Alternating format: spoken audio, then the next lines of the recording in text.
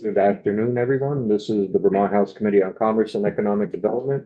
It is Wednesday, February 19th, 2025 at yeah. So now we have with us. Thank you for joining us this afternoon. We're continuing our discussions on CTE. Kelsey, the director, superintendent. You're this morning. You're more than you. We start trying to form some ideas on how we work CTE into this whole new thoughts on Just a small initiative. Yeah. All of this small stuff. Yeah. Hi, everyone. I'm Chelsea Myers. I am the new executive director of the Vermont Superintendents Association. I took over for Jeff in August, who had been here for about 30 years. But I've been with the association for around 7 years myself. So just as Jane Nichols said, we have not taken an official position, so I can share with you some of the context around the APA report and some of the initial questions we've had around the governor's proposal, but I won't be able to take any position or anything like that until our board gets together and meets on and responds to something. So that's kind of the context that I'm coming in with right now. So thank you very much for this opportunity. CTE plays a vital role in preparing students for success by equipping them with the skills, experience, and credentials necessary to thrive in today's workforce. Beyond benefiting students, CTE strengthens our communities and fuels Vermont's economy by developing a pipeline of skilled professionals who meet the needs of local industries. It is a crucial component of Vermont's education ecosystem as a pathway that bridges academic learning with real-world application. Vermont's CTE delivery model is very complex, which I think you all have been hearing about, and its various components are inextricably linked with the broader delivery system. As we consider the future of CTE, it is essential to recognize these connections and ensure that any proposed changes support the continued success of students. So without a full proposal to respond to, I will focus on the following two elements in my testimony. The response that VSA provided to the 2023 APA report, and then some questions that have emerged thus far from the elements of the governor's proposal that we do have available at this time. So in response to the study on the funding and governance of career technical education in Vermont, otherwise known as the 2023 APA report, and its anticipated legislative consideration, VSA held 2 stakeholder feedback meetings in late 2023. The group consisted of 11 superintendents, including 3 technical center superintendents and representatives from the Vermont Principals Association and the Vermont School Boards Association. During the first meeting, several core themes emerged from the first gathering together, including many recommendations outlined in the APA report relate more generally to topics in pre-K through 12 education and should not be discussed in isolation from the overall delivery system. 2, the coordination collaboration between entities to ensure equity, quality, and efficiency is essential. This includes the higher education system, and a lot of that meeting was spent talking about the connections between the higher ed system and the K through 12 system. There is a need for a system that does not create tension or competition between schools and instead focuses on flexibility and accessibility. Expansion requires additional attention to all of the barriers discussed throughout the APA report, including but not limited to facilities, transportation, and financial and human resources. As a lever of economic growth in Vermont, any changes to career and technical education should be grounded in a clear vision, both statewide and in local communities. At that second meeting, the Vermont Association of Career and Technical Education Directors, otherwise known as VACTED, released a memo outlining 5 priorities from that APA report as the top priorities for their association at that time. 1 was non-competitive funding model, 2 was common statewide calendar, 3 was infrastructure investment, 4 was recognition of CTE embedded academics, and 5 was agency of education staffing. At that second stakeholder meeting, due to the release of that memo from VACTED, we focused on those 5 priorities. From the perspective of the funding model, stakeholders agreed on the need for a non-competitive funding model, but emphasized that any shifts must avoid reducing resources for schools or CTE centers. How to do this without increasing cost to the education system will be a challenge. The cost differences between programs must be accounted for in any funding changes. In addition, there was a recognition that there are still services provided by sending districts, and these varied based on the student and whether programs were full day or half day. The second was the statewide calendar that they were responding to. While a statewide calendar would benefit coordination, implementation challenges such as collective bargaining agreements must be addressed. A phased approach, starting with aligned professional development days and vacation schedules, may be more feasible. We are pleased to announce that starting in FY26, to the best of my knowledge, all school districts will share the same February and April breaks, and that was done by several of our superintendents working together and led in part by Jody. So I think it's 100%, but things can change. But last I checked, everyone had kind of checked the boxes of those two breaks, which I think is not probably all the way that we need to go, but will be tremendously helpful for students in CTE centers to have those same breaks. Next is infrastructure and facilities. CTE infrastructure needs should be integrated into broader state capital planning. I know House Education is talking a lot about a comprehensive construction aid program, and CTE should be included in that. Addressing immediate equipment and space shortages should align with Vermont's economic development strategy. CTE embedded academics. Ensuring that CTE coursework counts towards graduation is widely reported, though differences in proficiency requirements across districts remain a challenge. Best practices from successful regional models, because I think some of them are doing it well, could help address inconsistencies. State Board Rule Series 2370 should be reviewed to ensure alignment with proficiency-based learning. And I'll turn to Jody for a second. I think that hasn't been updated in decades. Right. Yeah. Agency of Education staffing. While increased staffing could be beneficial, it should focus on support rather than regulation. Enhancing curriculum coordination and proficiency alignment was identified as a greater priority than additional oversight. So that's the response that those superintendents that we gathered had to the APA 2023 APA report. So moving on to the emerging questions regarding CTE and the governor's proposal.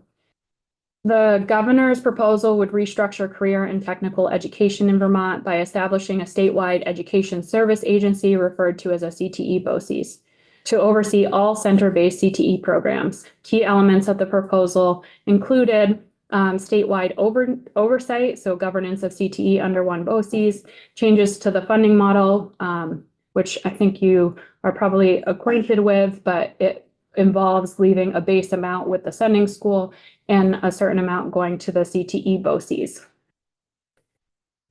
The questions that we have for the governor's proposal, there's several of them. I can stop at any time. What specific mechanisms are in place to ensure that proposed changes enhance CTE rather than disrupt existing programs and partnerships? What level of local input will be maintained in decision-making? 2, does the proposed CTE BOCES have the ability to raise funds beyond the base amount, similar to the funding formula for sending districts if you were to move into that foundation formula? How does the BOCES structure differ from a single CTE district? How would funds be allocated within the BOCES model? 4, how is the CTE BOCES governed, if at all? Could a BOCES structure be beneficial within different governance models other than the one proposed by the governor? 5, have there been discussions about the differences between half-day and full-day CTE programs? Will there continue to be variability, or is the expectation to shift towards more comprehensive full-day programs? How does the proposed funding structure account for students who split their time between CTE centers and high schools versus those who attend full-time? Will base funding be allocated differently based on enrollment type? 7, what happens to existing CTE properties under this proposal? That's one I hear probably the most right now from superintendents. Would ownership automatically transfer to the BOCES, or would districts retain ownership? Has there been any discussion on how property assets and facilities debts would be handled? 8, how does the Agency of Education plan to build the capacity necessary to support CTE centers at the level envisioned in the proposal? What would high-quality professional learning and workforce partnership management look like under this model? How does this fit within the overarching goal to move towards regional comprehensive high schools, if that is the ultimate goal? Where does adult education fit into this model? How would BOCES distribute funds among CTE centers? Who will be responsible for granting diplomas under this model? Will it remain with the sending schools, or will CTE centers or the BOCES play a role in credentialing? 13, how will transportation costs be covered? Is the proposed funding split between sending schools and CTE centers adequate to ensure that both can continue to meet students' needs? What safeguards will be in place to ensure that sending schools are not left underfunded?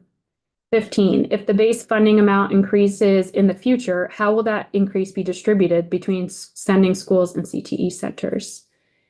16, I promise we're almost done. How will the proposed changes impact shared services that are currently integrated with CTE centers within school districts, such as registrar functions, HR, educator licensing, transportation, equipment management, and food service?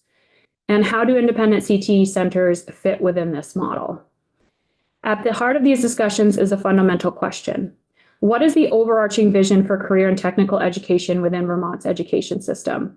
Any proposed changes to governance and funding should be evaluated against a clear strategic vision that prioritizes equity, accessibility, and high-quality opportunities for all students. Without a well-defined and shared understanding of what CTE should look like within the broader system, there is a risk that structural shifts alone, however well-intended, could create new challenges rather than solve existing ones. As we consider these proposals, we must ask whether they truly align with a long-term vision for CTE that strengthens pathways for students, supports workforce needs, and integrates seamlessly with the rest of Vermont's public education system. So again, I told it was high level, but that's where we're at right now.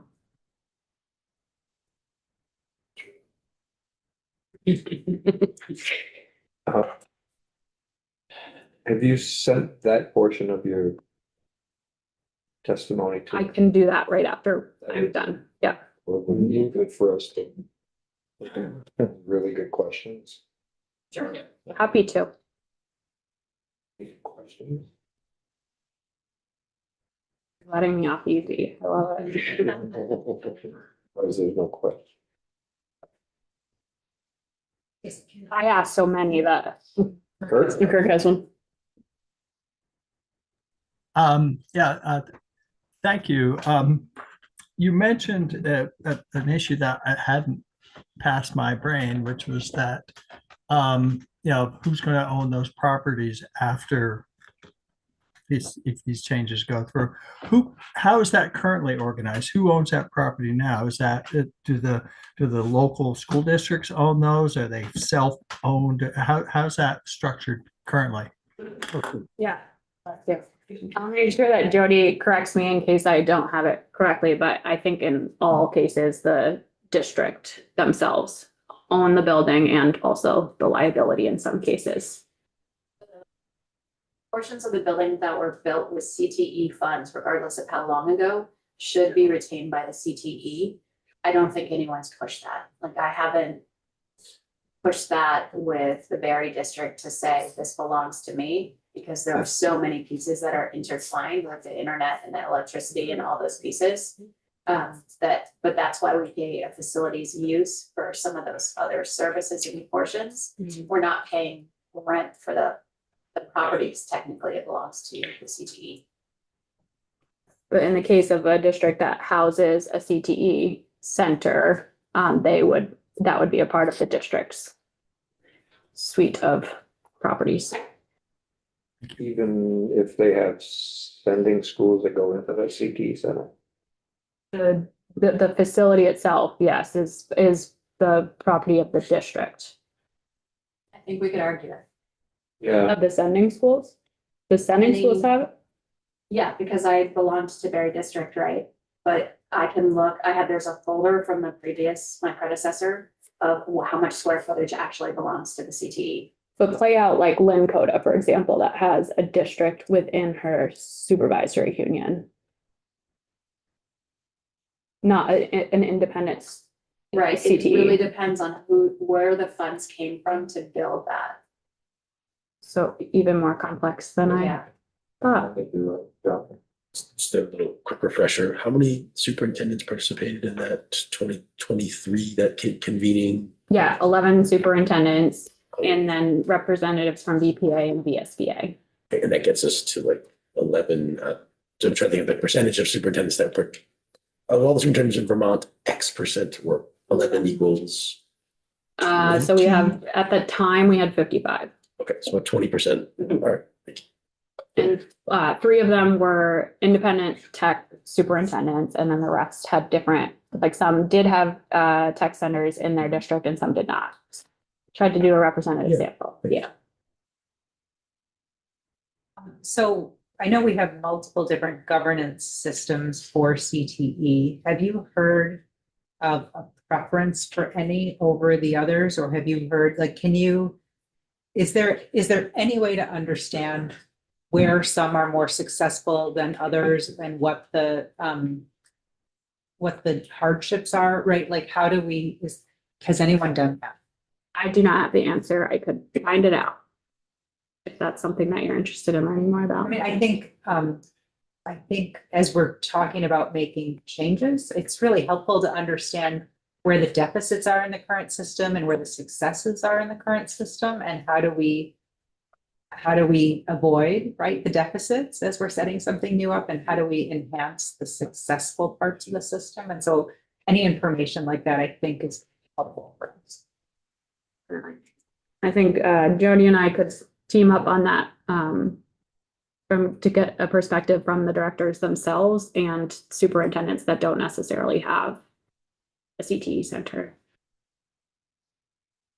It's gonna be interesting to.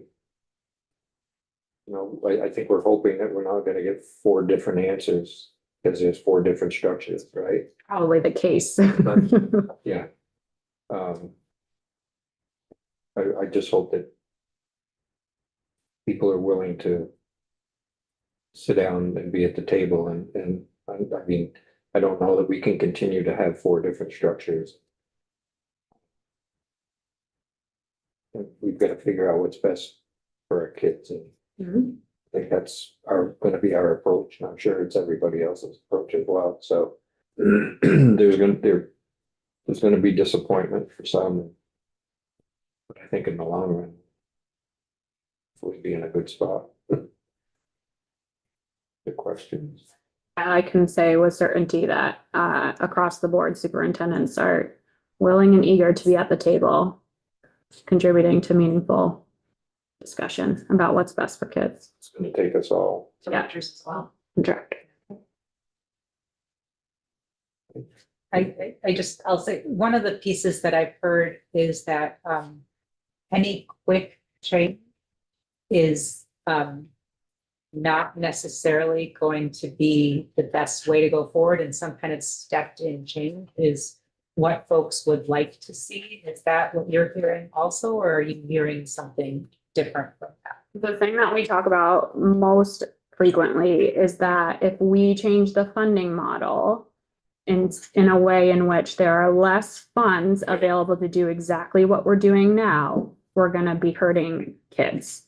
And so the sequence of events in terms of funding, governance is extremely critical. And the timeline, as you suggest, is critical to not simply take away funding before we've made changes in which less funding can help successfully operate for the kids that we need to serve.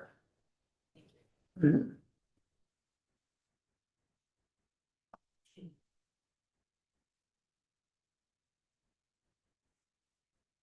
Can I help you get any more information about those building ownership? Is that something that you would like Jody and I to put our heads I together? think it'd be interesting to, Okay. it's gonna be some of that discussion of how you peel these pieces away, and Yeah. I guess I also think that, if we're looking at changing governance for all kinds of education, right? And as districts have merged over time, they have figured out, right, the new bigger district owns all of it, and have been agreements, right? So it's doable, but we have to understand where we are now. So I just want to put it in that context of.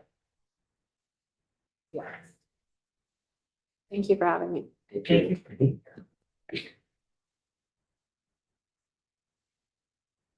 Eric is on.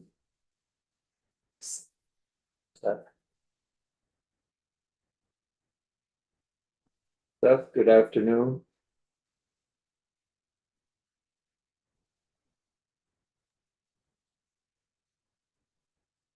Good afternoon. Apologies. Problem. Thanks for joining us. Oh, Chair Marcotte, thank you. Committee members, I really appreciate the opportunity to be here and to discuss career and technical education. I guess just for the record, my name is Seth Bowden. I'm the president of the Vermont Business Roundtable. And I also serve on the CTE sprint team that was put together, but I want to make sure I'm clear that any of my comments today don't represent that sprint team's work to date. I think that it's no surprise Vermont is facing a tremendous workforce challenge, and that's particularly evident in the trades. Something that I'm sure that you've heard from other testimony today and in the past. As an example, in the space of construction workers, the average age of a construction worker is somewhere around 46 in Vermont, and in the rest of the country, it's 42. And what we're seeing is that we have a significantly more individuals who are leaving these trades than are able to come back in. And I think one of the positions that we've looked at and some of the work that we've done over the years is really to take a look at the outcomes of our children. So right now, Vermont graduates, high school students at a rate of 92 to 94% any given year. But the reality from the VSAC information that we've seen is that about 50% go on to no further education. And so the question that we started to ask is, are those students best prepared to have economic opportunity, to be economically mobile, and to have fulfilling and enriching engagement with Vermont's communities? And I think one of the ways that we see a path forward, and certainly one of the pillars of education for Vermonters moving forward, as they take a look at some of the work of the Jobs of the Future from the McClure Foundation and Vermont Community Foundation, really is in the trades and in career and technical education. And I need to separate that maybe just a little bit. There's both the career and technical education centers in Vermont, and then there's career and technical education that can be delivered in any capacity, perhaps through other channels in your traditional high school experience. But I think our interest lies in figuring out a way that the system and the governance allows that delivery of career and technical education at a broad scope to as many Vermont students as is possible. I go back to that statement that I made before, 50% of Vermont high school graduates going on to no further education. Right now with our declining K through 12 school enrollment, that means, every year we have about 5,000 students who graduate. That means 2,500 are going on to no further education. That in 1 year does not solve the workforce problem that we have. But over 10 years, that's 25,000 people. That's 25,000 Vermonters. And that is a tremendous impact overall on the workforce. So it is a significant component. And I think that if we're able to figure out ways to effectively both govern, administer, and deliver career and technical education across Vermont, we put ourselves in a better position to close some of those workforce gaps over the long term.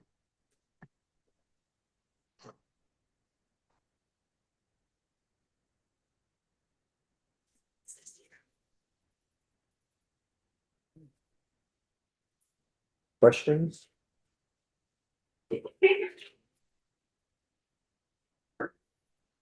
So,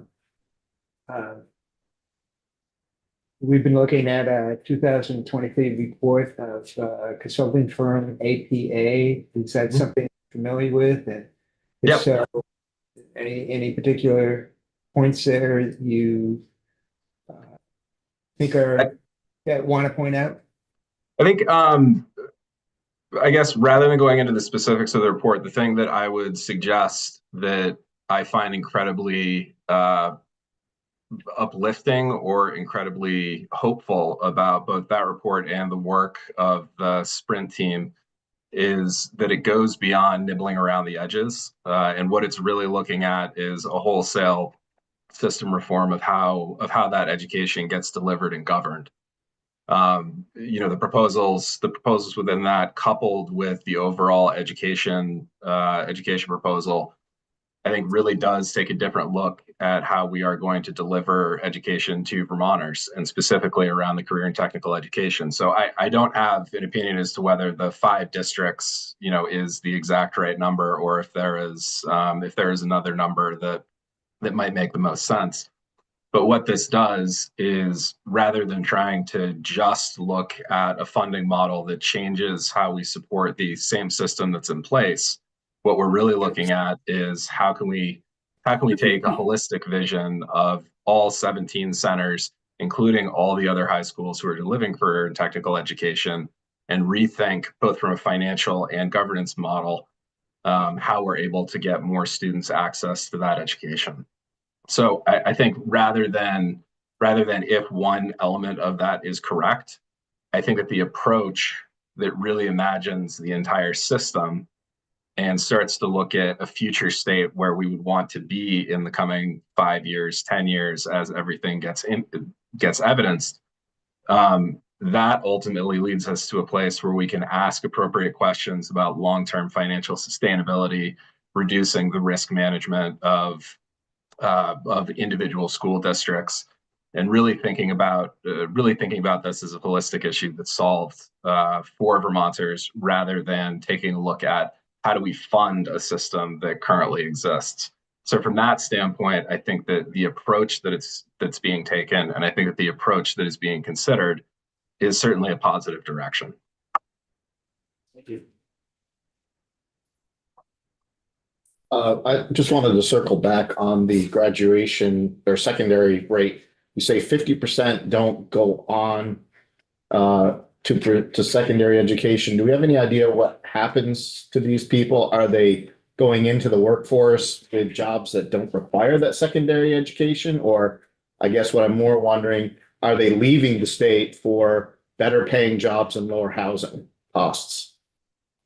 That's a great question. I think that I don't know if I'd be able to answer that effectively. Tracking individual students once they leave the system, tracking individuals once they leave the sort of the structure of education becomes more difficult. The VSAC reports, that have tracked student aspiration and student continuation are really longitudinally effective because they're able to follow the individual. And so that's where we get that, very rich data set. Once they kind of leave I think the follow-up ends up being a year and a half after graduation. Once they sort of leave that period, the tracking becomes a little bit more difficult. I think that, what we do know is the placement of students who graduate through career and technical education programs is very high. And so we have this very rich system, and we have this very rich data set that shows students who do have access to career and technical education are very effective at entering the workforce. For the students who don't go on to further education, for the students who, I mean both 2 and 4 year degree programs, that's sort of the parameters that data set covers. Once they leave that structure, it becomes very difficult to understand where those individuals end up. But I think that it's probably safer to say that, folks who either don't have that career and technical education, or who don't go on to further education, would face more limited economic mobility, given the position that they end up in. So it's a really difficult question to answer when you come down to trying to track the individual beyond graduation. But I think that this is just, again, as we look at the total population of that high school cohort, how can we most effectively ensure that they have the opportunity? And that's really what I think is very exciting about this proposal and about this way of thinking. Is it's not just trying to, think about individual programs or individual schools, but really holistically, how do we get the most opportunity to the most Vermonters? Just to back up on Tony's question, do you ever hear from students as they're leaving high school and choosing not to go into college, or if they're what their reasons are? That would not be from my position. I hear more from employer and business leaders, and so they're more looking at the number of individuals that they're able to hire. For the reasons why individuals don't continue, I'd have to go back and lean on VSAC again. They've done some really strong work in making sure that they understand what some of those limitations are. What we do here, as some other areas that I sit on a few foundation boards that give out scholarships to students. A lot of times it's financial. A lot of times there is a financial gap that disallows individuals from moving on to further education. And there's been a tremendous amount of work. I have to, again, give a lot of credit to the McClure Foundation. I have to give a lot of credit to the community colleges of Vermont, the state colleges. They've done a phenomenal job with dual enrollment, with making sure that there's Vermont's Promise. That is starting to close some of the gap, but we have to move downstream or upstream from that, I should say, where we're really providing these opportunities as early as possible. So whether that's pre-tech, getting into the middle schools, getting into the first year of high school, making sure that that's uniformly available across the state, rather than it being sort of geographically distributed. I think that is one of the potential outcomes of the work that's being done. Again, it really comes down to the details of implementation, and there's a lot of work being done to make sure that we understand that. But ultimately, in our mind, if we want to have the most skilled workforce possible that is connected to the jobs that are going to be available, this is a tremendous opportunity for Vermont to rethink the way that we educate and prepare all of our students. Excuse me. So I'm wondering if you can talk a little bit about sort of your business members, and I'm going to back up. We've been hearing a lot about how with CTE, the facilities are significant and expensive, right? Equipment is expensive. And these are, I think this is really important work, but it's expensive. And so are you hearing from your members ways, or you can talk a little bit about kind of ways that they can support that through partnerships, through co-location, through equipment? I don't know, just. There's been, so again, in pockets of the state, there have been very strong private industry collaboratives where they've offered to provide physical equipment, sometimes space. I think about, Beta Technologies helping to run some aerospace programs at their facility, or just trying to get that set up.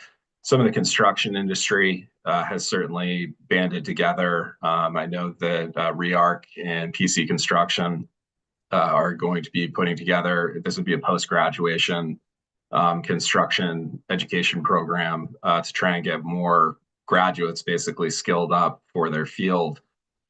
I think as far as direct financial contribution, you know, again, it's so geographically different. The areas that have significant industry that is overlapped probably have a better opportunity at creating those coalitions. The challenge that a lot of businesses sort of face when they're trying to interface with institutions, and I don't just mean CTE, this goes kind of statewide, is a lot of times the mechanism is through the individual rather than it being something that is systemically available. So they know a professor, they know a teacher, they know an administrator, and that's sort of their in route, as opposed to there being that sort of structured collaborative that's universally in place. So it's very geographic, but I would defer very much to individual CTE directors to say how they're able to network the local private infrastructure.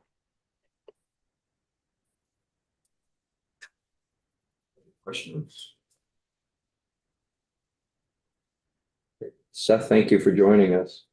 Absolutely. And again, I just want to express my appreciation for not just the topic that you're bringing up, because this is vitally important to Vermont's workforce of the future, but the way that it's being discussed is very exciting from the standpoint of it being that holistic view of how we actually take care of as many, if not all, Vermont students as possible. So I just want to thank you very much for your consideration.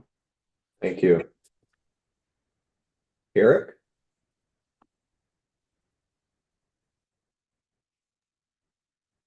Good afternoon, everyone. Good afternoon. Thanks for joining us. Sure. My name's Eric Remmers. I'm the director at Green Mountain Tech in Hyde Park, Vermont. My school serves 5 high schools, including Lamoille Union, People's Academy, Stowe, Craftsbury Academy, and Hazen Union. I was online listening earlier this morning. Jody Emerson and Erica Schneider, as well as Jay, I missed his testimony, pretty much covered the bullet points that I'd be covering as well. But I am happy to discuss any questions that you all may have around CTE. For more context, my center is a full day center. So our students do a full day, full year with us, engaging in all of our programming as well as getting their base academic requirements as well. I'll leave it open to folks if you have questions. Any questions? How does that, we've been hearing that there's different governance models. How does the governance model for your CTE work? In my district, in terms of, what we are not, Jody is a superintendent director. I'm a director, an employee of Lamoille North Supervisory Union. Our school's catchment region is the area that I just described, which includes Lamoille North, Lamoille South, and OSSU. Students choose to come to us in the 11th and 12th grade. That's pretty much it. One thing that I did hear, during Jody's testimony, and one thing I just kind of wanted to emphasize is, as folks were sort of talking a little bit about some of the increased credentialing and requirements that we have here, which tends to raise the academic bar. There was just a lot of discussion around book time, and I kind of want to challenge that idea that it's just book time that's happening here, and really emphasize that in career and technical education, our focus has really been on increasing opportunity for students. And so by expanding our opportunities for students to engage in coursework that leads to college credit or industry recognized credential, we open many, many, many more doors for those students, whether it be their pathway to college or taking that first step into industry. And what we often find when it comes to the quote unquote book work, or what may look more like traditional learning, our students are far more engaged in that. Even struggling learners are far more engaged in that, particularly with some of the wraparound supports that we're able to offer in cooperation with our sending schools. So, I always like to challenge that the idea that there is, sort of a specific role for CTE, particularly with students that, may not traditionally have found success in high school classrooms. A lot of that is centered on engagement and interest. And when students come to career and technical education, even if they don't end up in that industry, they find that both in the academic and the hands-on components of our programming, they're learning broad skills, not just the specific hard skills of the industry that they're focused on there. They learn soft skills that are allowing them to be successful in other places, and they find interest and engagement that allows them to be successful. So, our programs really are about opening doors, and our programs being for everyone, not just, a subset of students.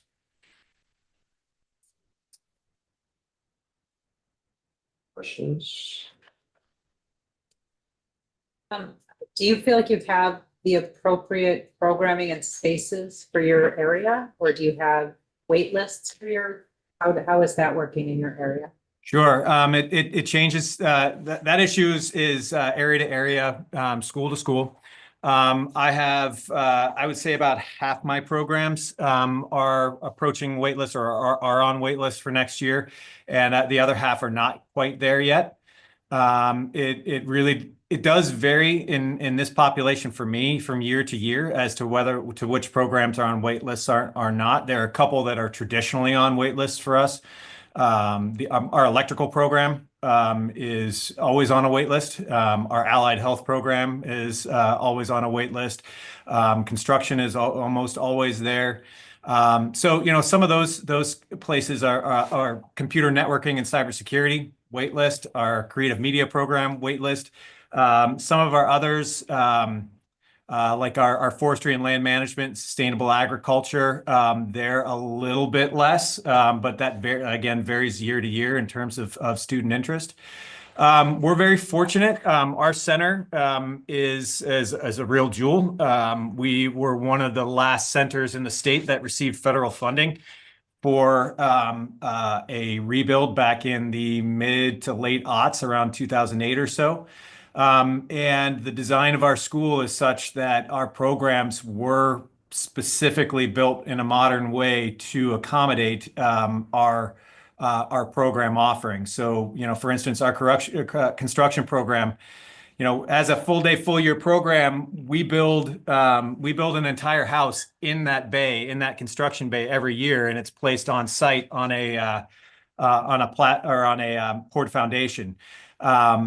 It's personally financed. Every year we get a buyer. Our students build it from frame on out, and then it's rolled out onto site. And it's actually, as a side note, when we talk about affordable housing, this is probably one of the most affordable housings that is available in the state.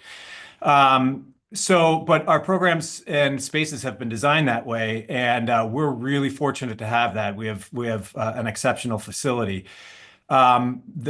The concern that I think that we've had, and is something that as we talk about moving into a more unified model, whether it be a BOCES or something else, there has to be a way to figure out how we can ensure that all students across the state have access to the same level of industry-specific space and technology to be able to do the work that we do, because it is so specific, the work that we do. I can think of a handful of centers that I have direct experience with. When I look at their resources and what they have access to compared to what we have access to, because we did have access to those funds back in the aughts, it's not equitable. Those students are not receiving the same opportunities that my students are based on what we can offer. And that's something that needs to be thought about as we begin really thinking about how, if we're talking about opportunity for everybody, what that equity actually looks like. You were mentioning that the house that the students built is self-paid and bought by a customer. Do you have any other programs that the students are able to sell their work on or sell their services? Sure. We have a restaurant for our culinary program. And so that runs about half of our year. So typically, it's really interesting being a full day, full year program. We have some very specific beats to the school year in terms of student learning. For instance, we do have a live auto shop in our auto program. We do have customers from the community come in and get serviced. But what we can offer them in terms of service is not the same thing in late October as it is in late May. We go from, putting winter tires on cars in October to pulling engines in May and replacing transmissions and doing the whole thing. Same goes for, like the house build. We start out with framing. I mean, that's the first thing that we need to do, and then we build out from there. So Auto Shop offers live support. Our construction program, our electrical program often works, as does our construction program, with Habitat for Humanity. And we are wiring out several homes, and we'll do other service opportunities around the state or around our region. Our cybersecurity, IT and cybersecurity does networking support for some of our community members around here. Typically, we reach out to elderly care patients and things like that to be able to support those needs there. And I'm trying to think anything else that's right off the top of my head. Well, our forestry program is sells maple syrup every year. It's quite an industry out in the Hardwick region. It's one of our remote sites. We have a remote site in Hardwick Woods, and then we have a remote site in Jeffersonville for our sustainable ag program, where we sell produce and meat that we build that we produce every year. Thank you. You have an adult ed component to your center. We do. So we offer, I think one of the most common adult ed courses that is offered across our programming is the adult LNA licensure. You'll find that is, I think, pretty common among centers, as it's a high need. But we are also the only school in the state that has an HVAC program. And so we have, as a day program, we have an HVAC program. And then our HVAC instructor will also twice a year teach some HVAC courses for licensure, like in the NORA Bronze or the EPA 802 or safe refrigerant licensure stuff. So we offer that as well. We offer an 8-week welding course for adults, and then we offer some interest-based things from time to time, depending on what community members are interested in. If we've done things like jewelry making and things like that in some of our centers. We've done some. We partner with Resource multiple times a year to do Construction 101. We've done HVAC 101, Electrical 101. So that we can get people's feet in the door, adults' feet in the door in our region in those industries. So we're always trying to figure out what the next thing is for adult education.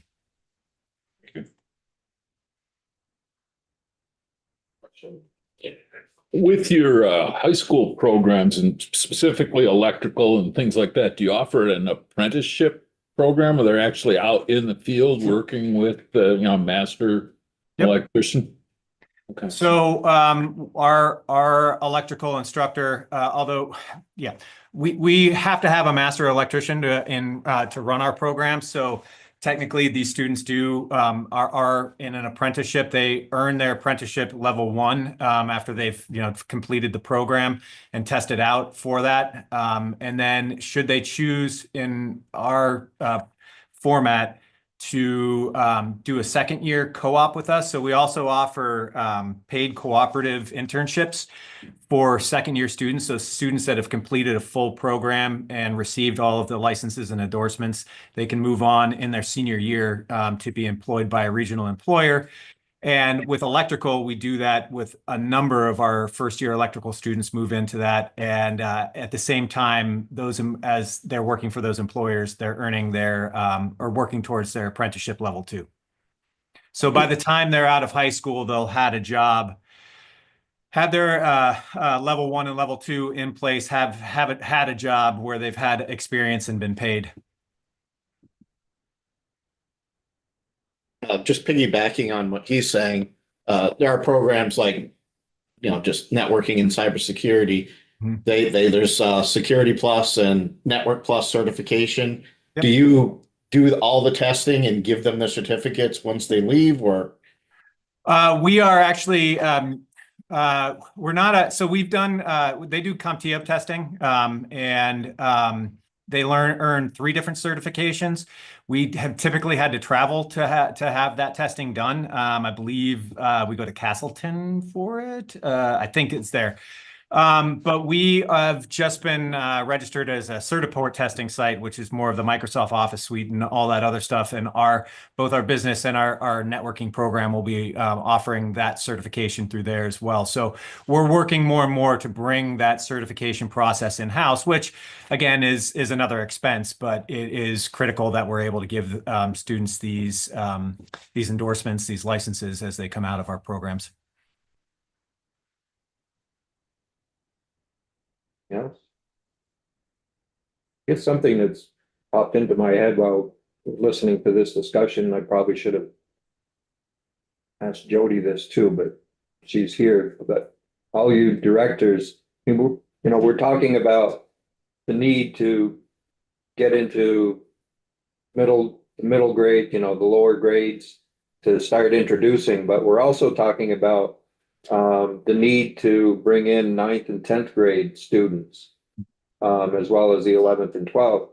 What kind of pressure is that going to put on the CTE centers?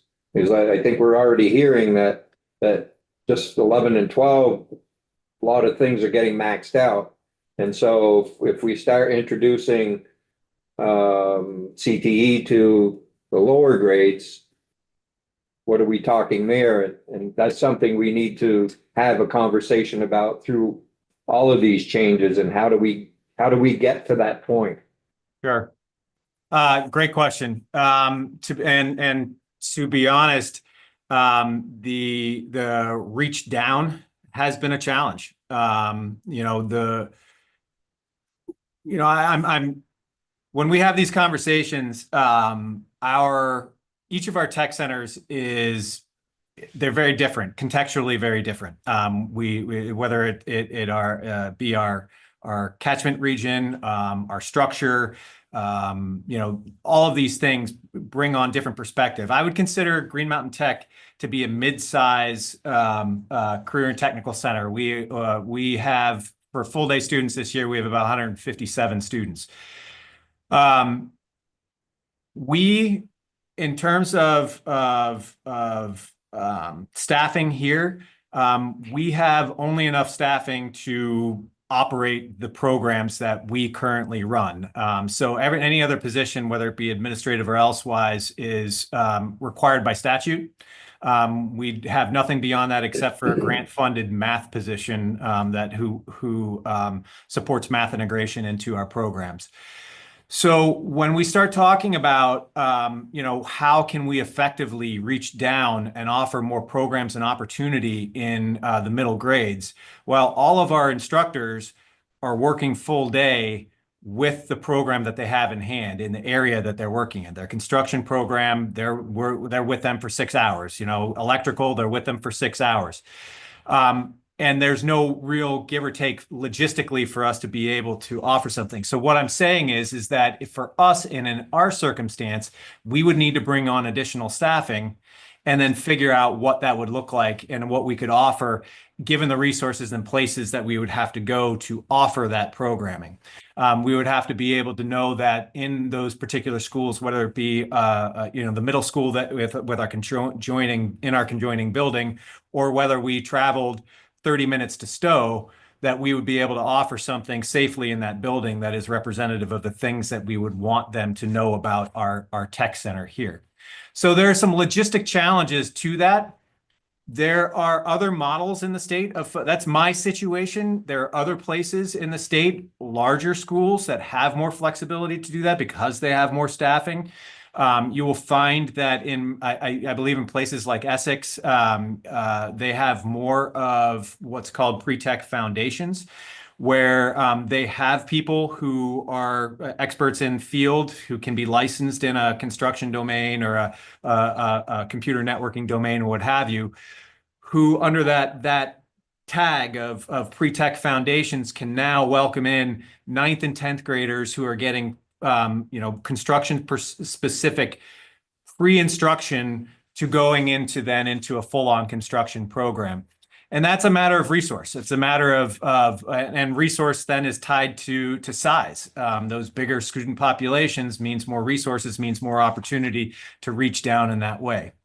What's being talked about as I'm sitting in the sprint teams for CTE in the big shift of governance here. And what I'm reading in some of the literature that's being put out is that through a BOCES model, wherein there is be one centralized space for this to happen, that instead of it becoming it being the individual tech centers who are responsible for figuring out those resources and reaching down, that would now become more on the BOCES to identify the people and the resources to collaborate with those partner schools and build those resources out within those sending schools. At least is how I'm seeing and reading that right now. Yeah, I think we've been talking for years about the need to, get tech ed down in the 9th, 10th grade level and even sooner than that. Without, I think, understanding what that really means. That'd be great for the students, but what's it going to take to get us to that point? And so it depends on really what we want that to look like.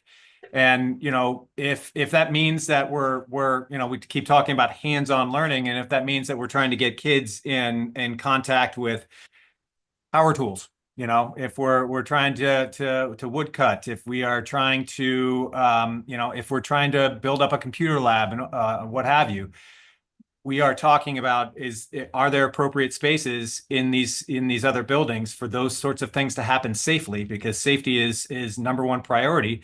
And do we have the resources then to outfit those places? And then do we have the people who have the licensure and the safety skills to be able to both teach and support that? As we're sitting here having this conversation, it's in the back of my mind, there's a proposal for a comprehensive schooling model. I'm not really sure exactly what the details are, but it just keeps occurring to me that if CTE is actually a really fast growing and like eager place in our education system, maybe that is the integrated place where we start to have these conversations. Sorry. It very well could be. The directors all have a very big question mark over their head when we start talking about comprehensive high schools, because it's been very ill-defined. And so we've kind of been asking, both in this sprint team process and beyond, what is the model that we're talking about? Are we talking more about a Massachusetts style technical high school, 4-year high school? Is that what we're talking about? Or are we talking about what we have in the state right now as dubbed as a comprehensive high school, which is a model like St. John Barry Academy? And, I think both have their pluses and minuses.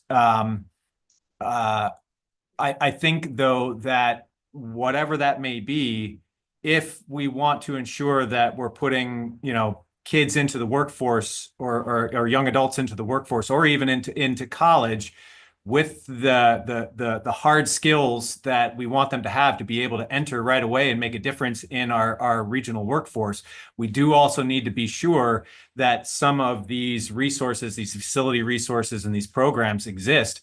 Like I said, my electrical program is specifically designed with materials and supplies and frames and all this other stuff for them to be able to do those things.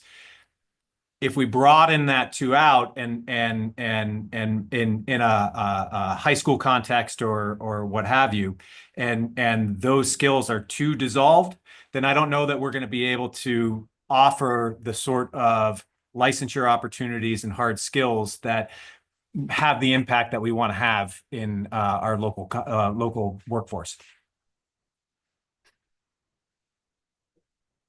I just want to apologize to you and to all the other tech center and superintendent and other school related and direct employees for all of this confusion and uncertainty. I can hear in your comments and from everybody else today that the uncertainty is really causing a lot of fear and real concern about what this is going to look like. And I really just want to state, and I know we've said it before, that we're focusing on students and students first. And how do we take the system that we have in Vermont today and improve it for students and for educators, right? And so, I'm hearing there's so many assumptions, right? And what does a BOCES look like, and how does it work? And we've never done that in Vermont, and what's that going to be? And I've heard it not just from you, from everybody else, right? So there are a lot of unanswered questions, and we're hoping to get them answered. And I apologize so much to everybody involved in this system, because it's not easy to know that something is going to change and not knowing what it is and how to even provide support in making that change work in your area of education. So I really appreciate you and everybody else for coming today to share their information with us based on us not even giving you a great brief on what we want information on. So, and we're all in that, right? So I just, so for everybody, really, thank you. I appreciate that. And, I think one thing that I would want to reiterate, it is, I mean, it's a ground shaking time for everyone in education. What I would say though, about the CTE directors in general though, is that there's a lot of open-mindedness towards building a system that really supports career and technical education. I think we all take a lot of pride in our product, and our product is our students. Our students leave career and technical education and really do great things. I heard questions to Jody about, students who have gone on and created their own businesses and all that. I can walk around my facility and point in a direction and find examples of those things happening, just as much as I can talk to you about, the major college enrollments in art design schools and all that's coming out of here. We're all really proud of the work that we do and the students that come out of our facility, because they're having an impact in our community, in our region. And I don't think that any of us are afraid that this work or these shifts are going to dilute that at the moment. We just want to be sure that whatever does happen is going to support that mission, is going to support and not become a hindrance to that growth, to the fact that I think across the state and across the country, folks are beginning to see the importance of the work that we do and see the importance and skills that are coming out of our facilities. In many ways, career and technical centers operate as independent islands. As a director, I'm not a superintendent, but I often serve and do things that are, it would be something that would be done at a supervisory union level. I'm doing my own grants management. I'm often, creating and navigating budgets and proposing those to our local communities.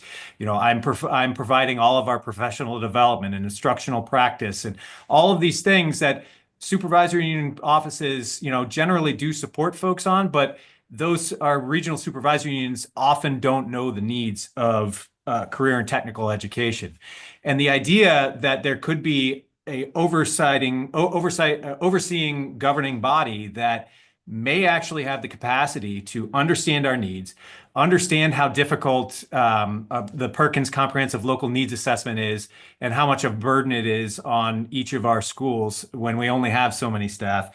understand what our professional development needs for teachers rising out of industry and into our programs, and then actually be able to deliver material support is very interesting to us. So our minds are open to positives from a formula or a structure that does bring more wraparound support.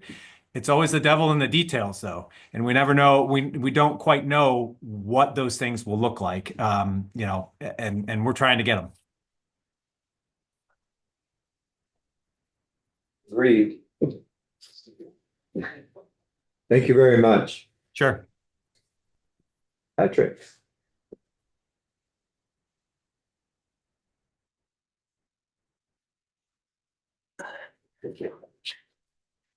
All right. I'm due.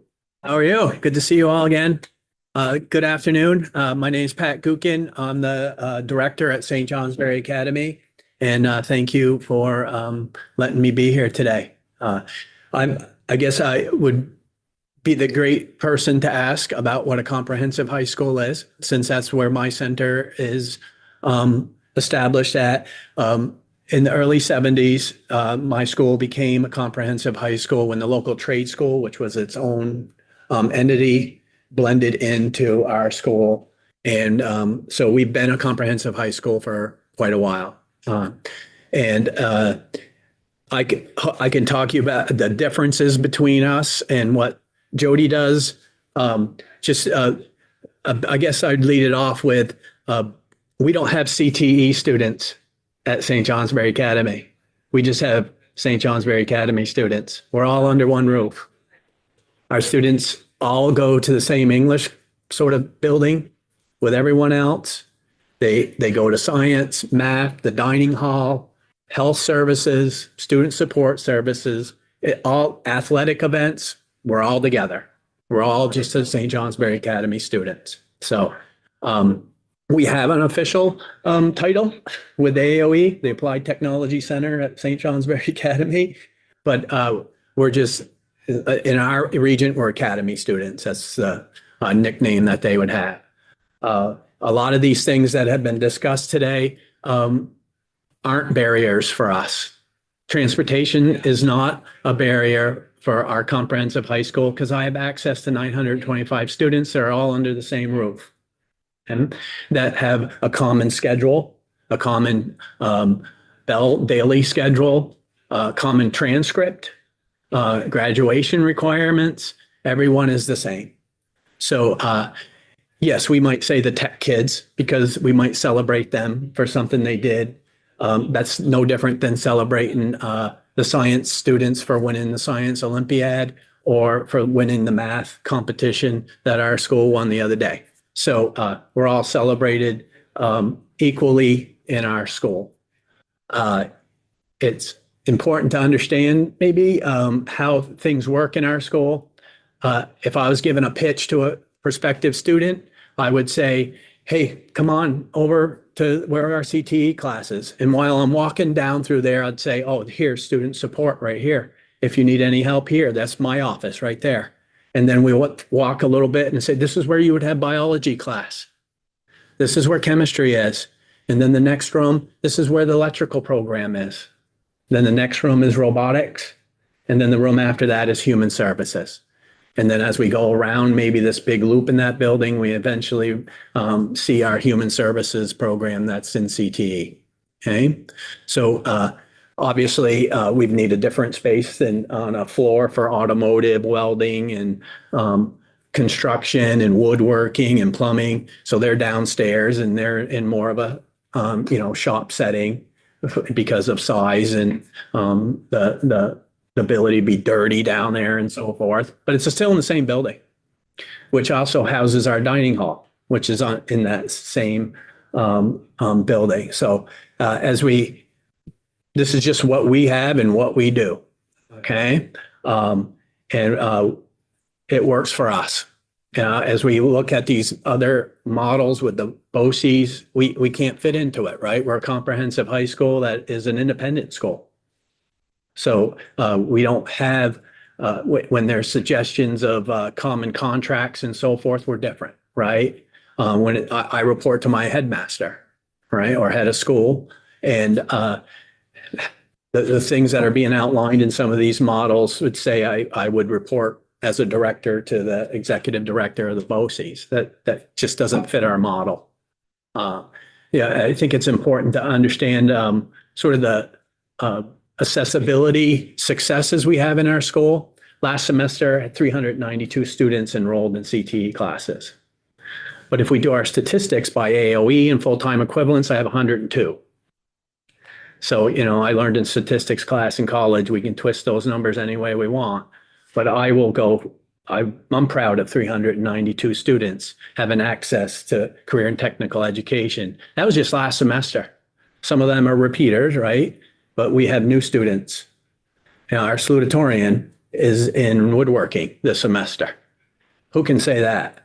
Last year, our female valedictorian was in woodworking. So I'm going on a really good streak with those things. Or, there's nothing better of looking in a classroom and you see two National Honor Society students that are on the cross-country team. What tech center has that? Okay, but we're not a tech center. We're one school under one roof.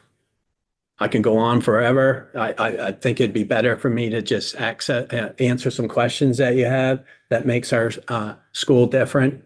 Our school's different in a way that we only have one share time school, that it's a public high school, which is Danville High School, which is, pretty small high school.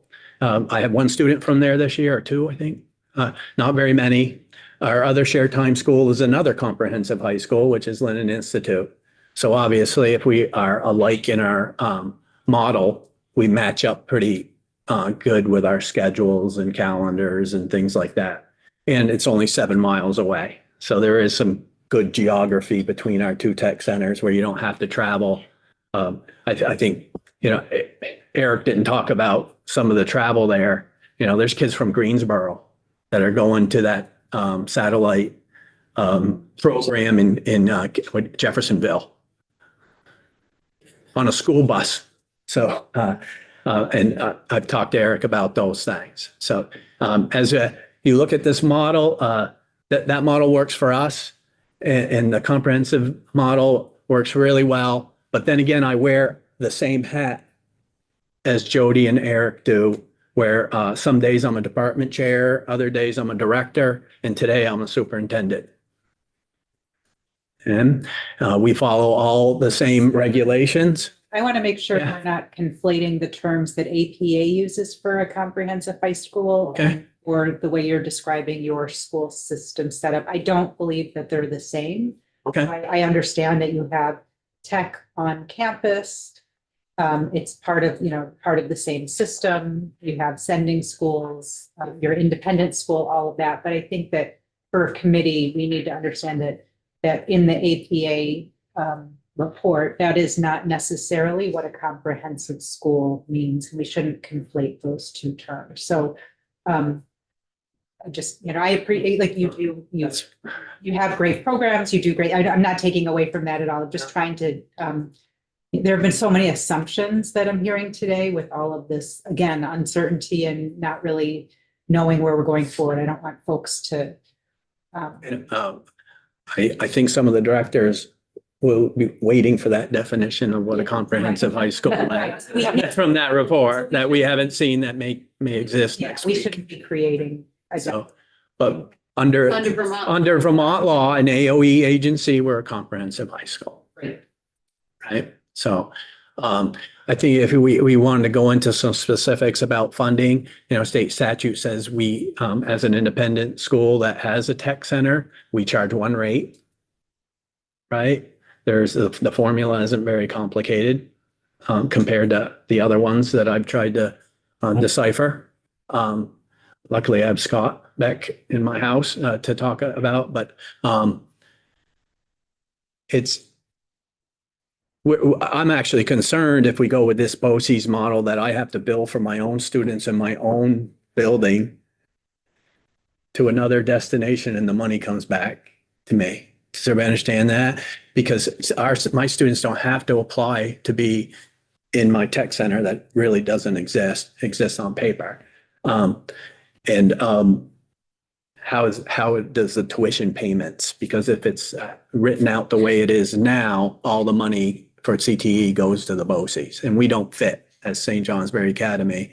And, but I think I'm here to kind of just answer questions for you about our governance model and how can I help? Yeah, I gotta confess, I don't know what people are talking about when they say a CTE budget model. I mean, I haven't seen any document that describes it in clear enough detail. So when you say, well, your program, which works well, can't fit into state budget model, I don't know what that means. And I'm just wondering whether but I'm also reading stuff around, there might be some need for some common standards in a bunch of different areas. Curriculum, graduation requirements, I think I heard mentioned calendar, some other issues as well, where there might be, productive use of, some common standards across a bunch of different schools.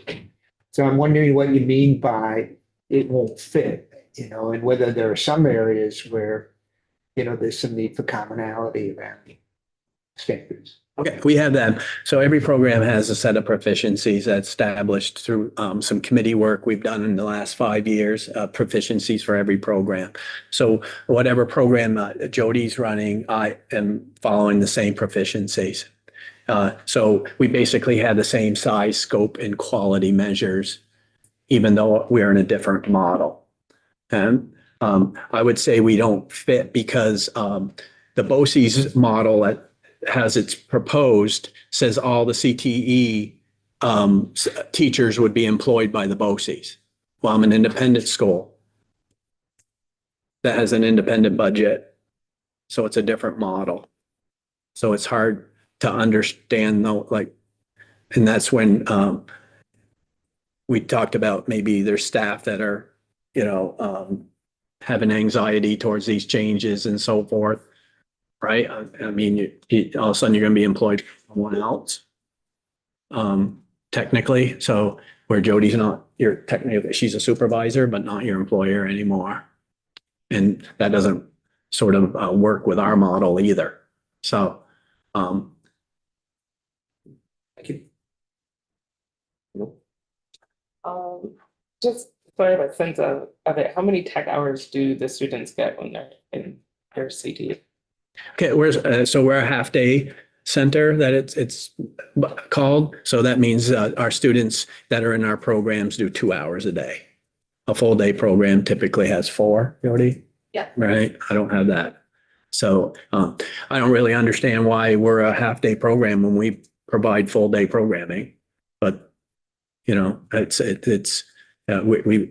provide math and science and English and all, and it's just because we don't have 4 hours in one day of a particular CTE program. So that's why we're not full day. Although some of our full day with academics models have pull-out models.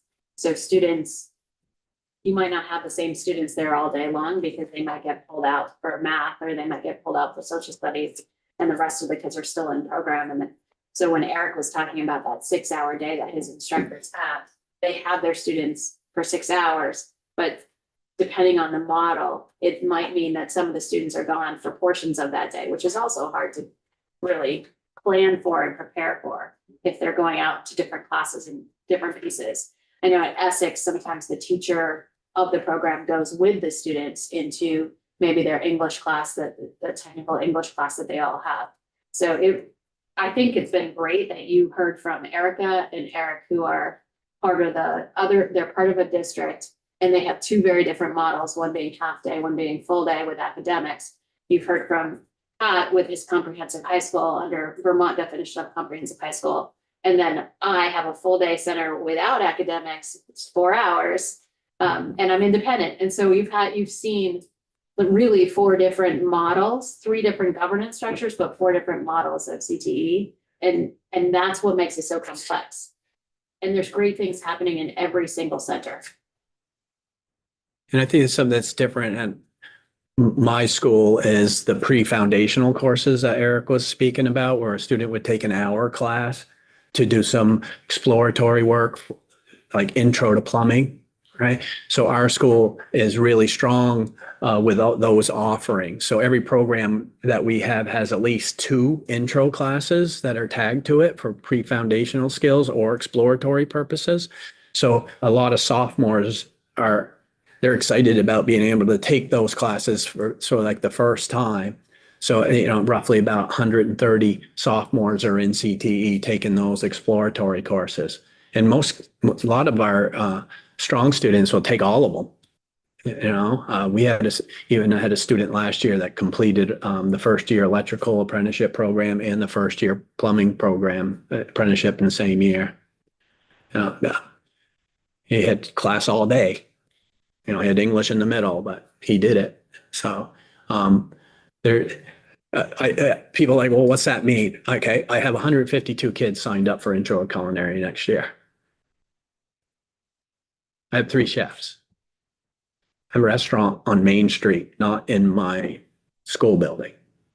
Okay? Adult ed has separate facility in downtown for adult education and training with a full-time director. Right. So we're committed to adult ed. We're committed to pre-exploratory. The model that we have works really well. So I guess this is giving us a good sense today of how complicated the picture is and how any forthcoming bill will have a lot of things it needs to account for in terms of, for example, just one little piece of it, governance structures. Is it credible to claim that the variety in governance structures does not lead to a variety in outcomes for students? And this goes to anyone in the room or maybe still be with us. It felt like we heard from Eric.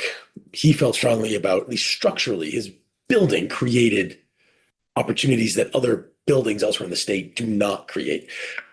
But that's a physical thing that any model can accommodate, any governance structure can accommodate a building. Do you feel that the governance structures themselves in no way frustrate or put a thumb on the scales of what might be an equitable outcome for students? I don't think the governance structure is impacting the success of students in a negative way. I think we've all made do with whatever structure works in our local region that is successful. We've heard the statistics about the graduation rate of CTE students. I think that's probably pretty good across the entire state of all centers. I boast about that our students leave 100% employed every year for the last 5 years. And I don't Johnsbury Academy. Yeah, at St. Johnsbury Academy. I don't know what it is for the state. It must be in the 90s. We have to do that data with. Yeah. I mean, we're getting, like Eric talked about, we've had some rigor with dual enrollment credits and industry recognized credentials. So we've added those into our successes. We've added those a little more with intention in the last few years, where they get 6 credits in human services and 7 credits in culinary, and numbers have actually gone up because of that. I think we're all having successes. And I don't think it's negatively impacted because my governance structure is different than Eric's or Jody's. There is. Well, I think yes, we are seeing success across the board with the work that we're doing individually in our schools. And as I said before, we're really islands in many ways. Each one of us is doing it our own way a little bit differently. And I don't see necessarily a problem with the fact that Patrick's structure is different than my structure, then it's different than Jody's structure, in terms of what actually happens on the ground here day to day. But I think there's a common, or at least a majority feeling among the directors that we could do more we could do more and we could better support our programs, our teachers, our students, if we had ways, and maybe it's not the BOCES or what have you, but if we had ways to provide common professional development for people who are coming out of industry, if we could coordinate better on what actually is taught in terms of curriculum in each one of our programs, if we had common mechanisms for admissions practice, which is a major barrier in some place. And we have very different admissions practices across our schools. Our business offices, not all of our business offices are really understand the complexities of career and tech management and how we interact with federal agencies. Because it works a little bit differently for high schools and elementary schools and all of those things. And so, and then to the conversation about, reaching down into our sending schools or into elementary and middle schools, there are places that, shouldn't necessarily be pie in the sky requests or things that we should be doing. If we really want to improve these things, we have to find ways to coordinate to make sure that there's consistency and opportunity to do that. And it's going to require something then more than just Patrick doing his own thing, me doing my own thing, and Jody doing her own thing. I guess that's my point. Yeah, I think none of us created the system we're in. We all inherited it, and we're all doing the best we can on our own little islands. And when we work together to try to make sure we align some of those practices, and there are ways that we could benefit from having more opportunities to do that. I just want to add one more thing. We're talking about an opt-in educational service, right? So every single student is opting into these programs. Yes. It's not a requirement for anybody to do. And so you get different outcomes from opt-in programming than you do from opt-out. And also we have structures around some of the funding for this that requires that we have success in the programs or they aren't funded. So we have to have successful tech programs, right? From both of those things, we are more likely to. And so, yes, we have great results. Yes, these are amazing programs and they are designed that way, right? Like by both of those things. So I just want like that. And we're a flexible pathway, and we have some very high expectations that we need to meet. Yep. Does opt-in, does the nature of opt-in provide, what's the relationship between opting in and the Brigham world that we live in? Totally not even in the same conversation. I mean, We don't have to think about that at all. We don't have to have any conversations about constitutional equality, et cetera. That's just not part of this, any of the CTE elements. I had not really thought that through before, so I appreciate that kind of insight right now. yeah. We That do have seems to operate significant. under those education quality standards though. Okay, so it's not quite, nothing's. All right. It's all somehow woven together. It's just hard to like pull out the pieces that apply to just specific realms.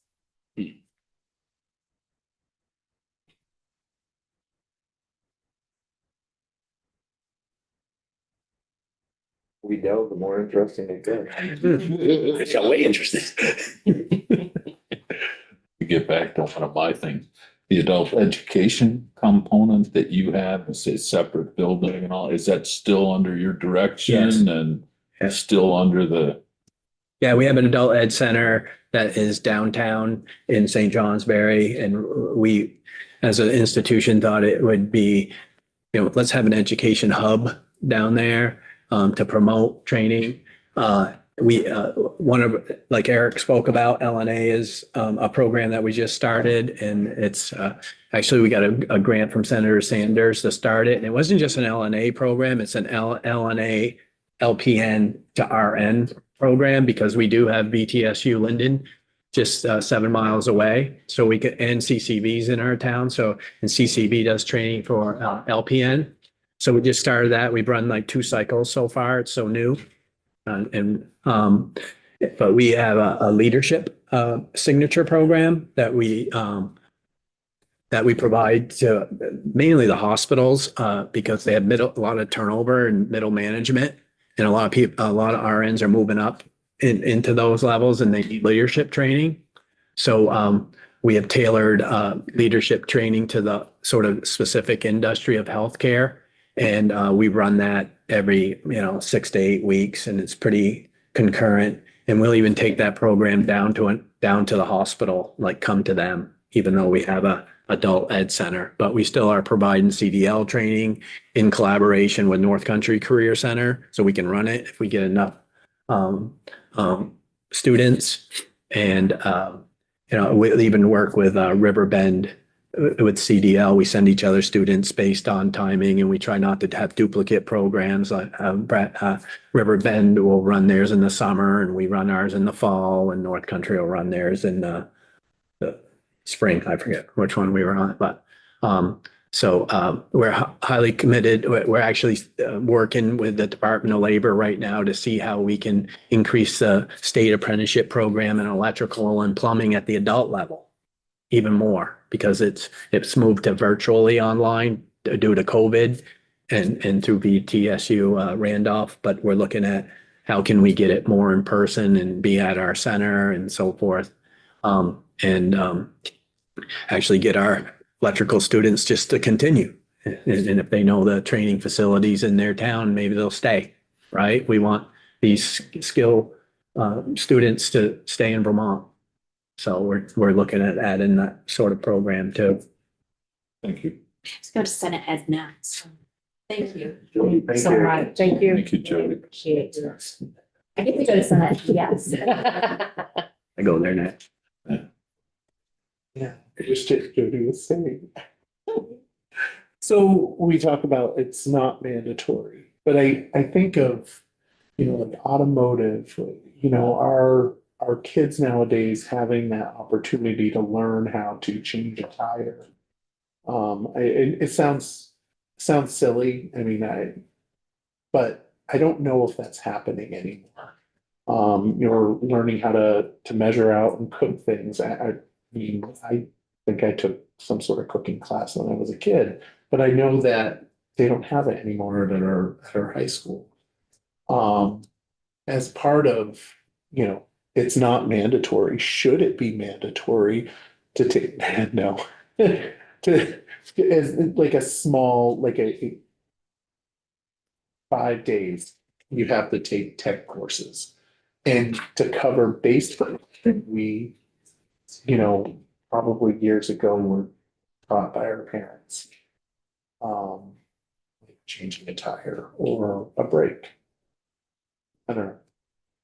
Would that be? Well, from my model, right? I already blurred out I had 152 in intro to culinary. I'm not going to have 152 students in my culinary program next year. I would love to. No, that would be a miracle.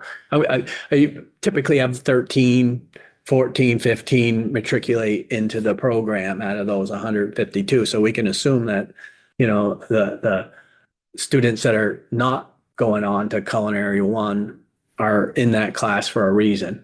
I have 40 students in intro to auto this year, and I have 10 signed up for next year from my program. I got to track them down a little bit more, but there's a lot of students where seniors are taking intro to auto or intro to culinary for basic skills and life skills that they're going to need the rest of their lives. So we see that in our model quite a bit, actually.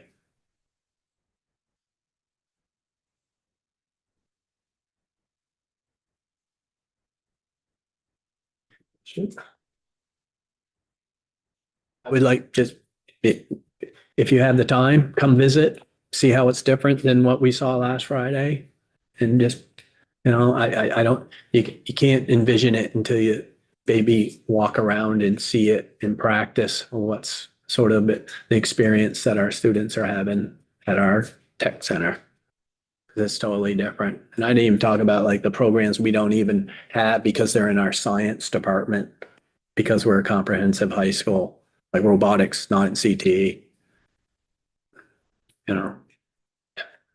Out of curiosity, does that create conflict for you as your, or it just is kind of what it is and how the school? It's just what it is, part of STEM program. Right. We have a STEM program.